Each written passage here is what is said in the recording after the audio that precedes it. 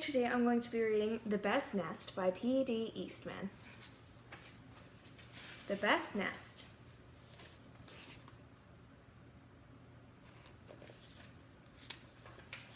Mr. Bird was happy. He was so happy that he had to sing. This was Mr. Bird's song. I love my house, I love my nest, in all the world my nest is the best.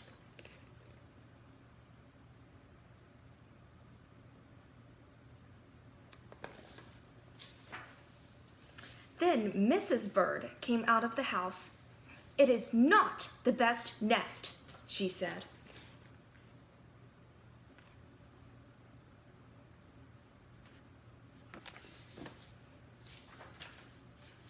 I'm tired of this old place, said Mrs. Bird. I hate it. Let's go look for a new place right now.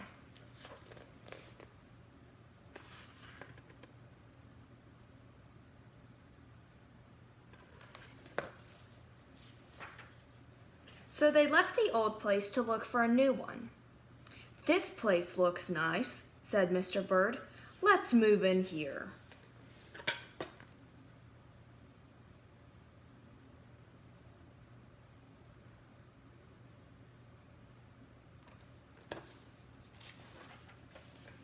But somebody else had already moved in, so they looked at another house. This one looks nice, said Mr. Bird, and there's nobody in it.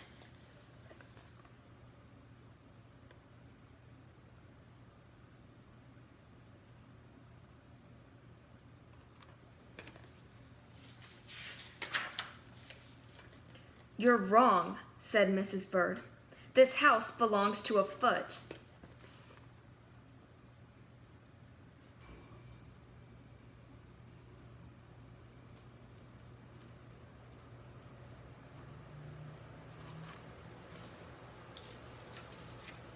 So they went on looking. I like this one, said Mr. Bird. It has a pretty red flag on the roof. I've always wanted a house with a flag, said Mrs. Bird. Maybe this will be all right.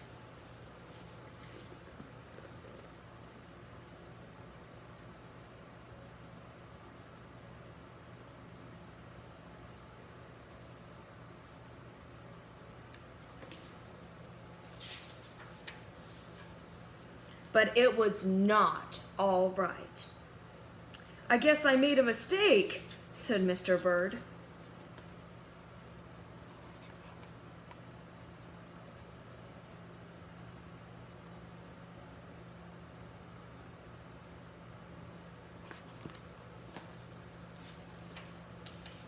You make too many mistakes, said Mrs. Bird. I'm going to pick the next house. And here it is, right here.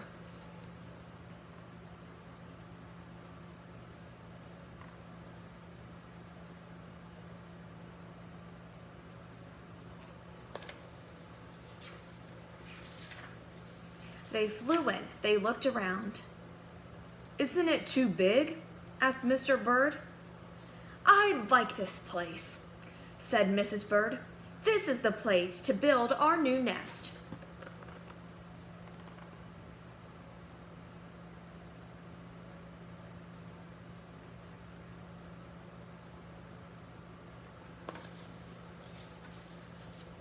They went right to work.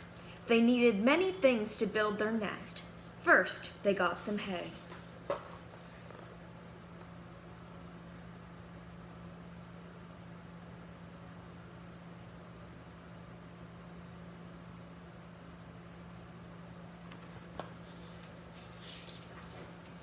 They got some soda straws and some broom straws. They got some sweater string.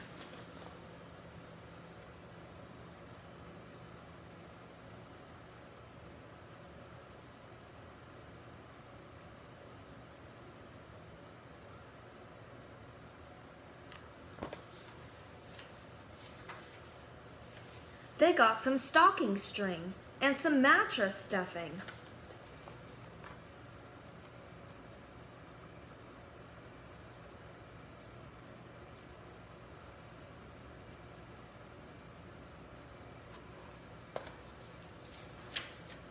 They got some horse hair. They got some man hair.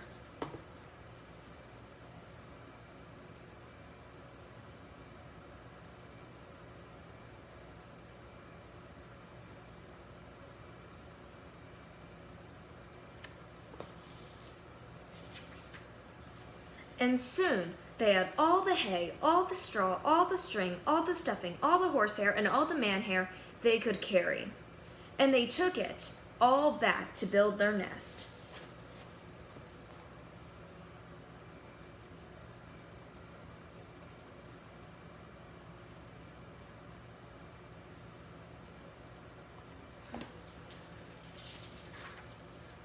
Mr. and Mrs. Bird worked very hard. It took them the rest of the morning to finish their nest. "This nest is really the best," said Mrs. Bird. "I want to stay here forever."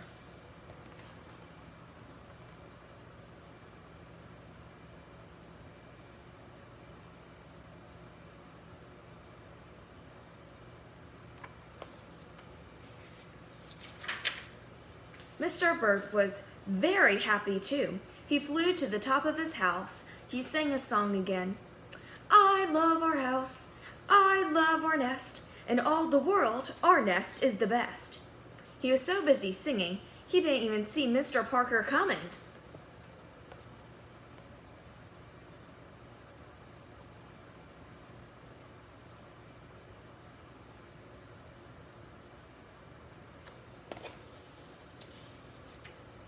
Every day at 12 o'clock, Mr. Parker came to the church.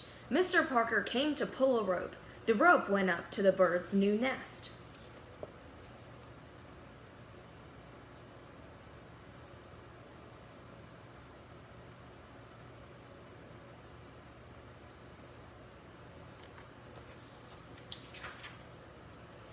The rope rang the big bell right under Mrs. Bird's nest. Bong, bong, bong.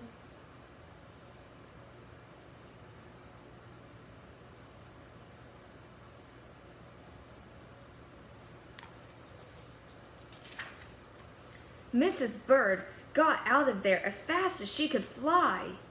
Bong, bong, bong, bong.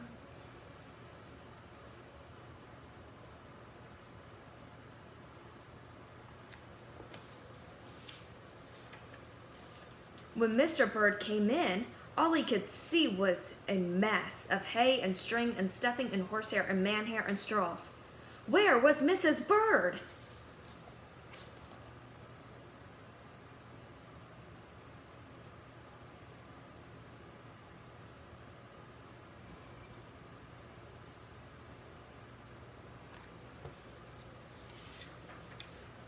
"I will look for her until I find her," said Mr. Bird. He looked high. He looked low. He looked everywhere for Mrs. Bird.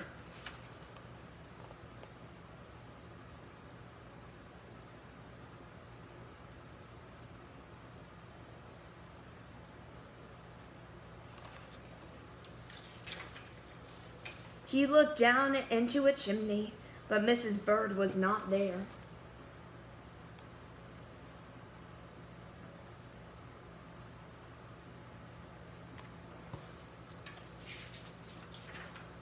He looked down into a water barrel, but Mrs. Bird wasn't there either.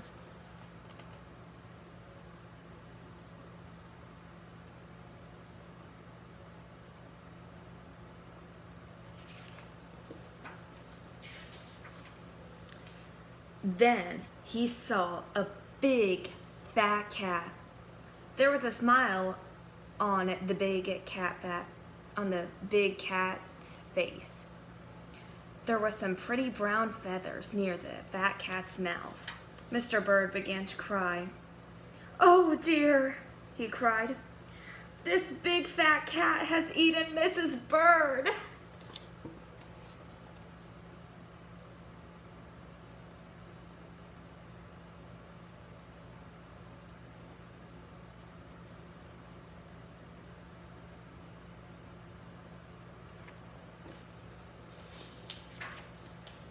Mr. Bird flew off. I'll never see Mrs. Bird again, he cried. It was getting dark. It began to rain. It rained harder and harder. Mr. Bird could not see where he was going.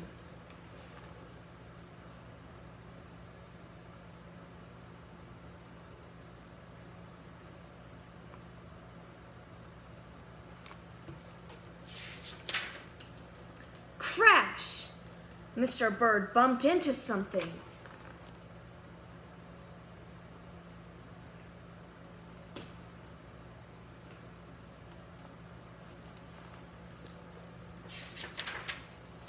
It was his old house, that old house that Mrs. Bird hated. I'll go inside, said Mr. Bird. I'll rest here until the rain stops.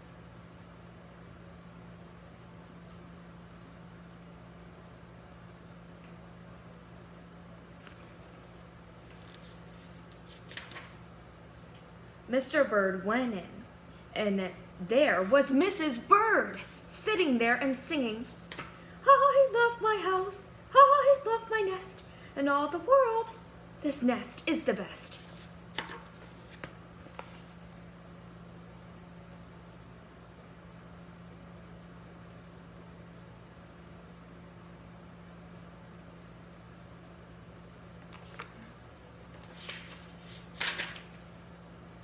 You, here, gasped Mr. Bird.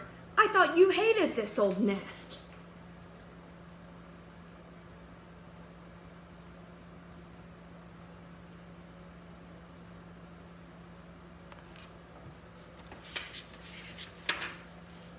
Mrs. Bird smiled.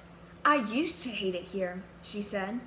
But a mother bird can change her mind, you see. There's no nest like an old nest for a brand new bird.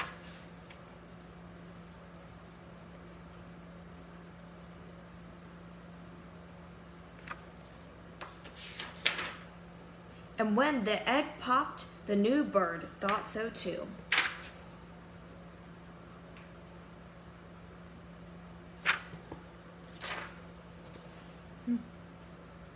Thank you for listening to The Best Nest. I hope you enjoyed it. See you next time.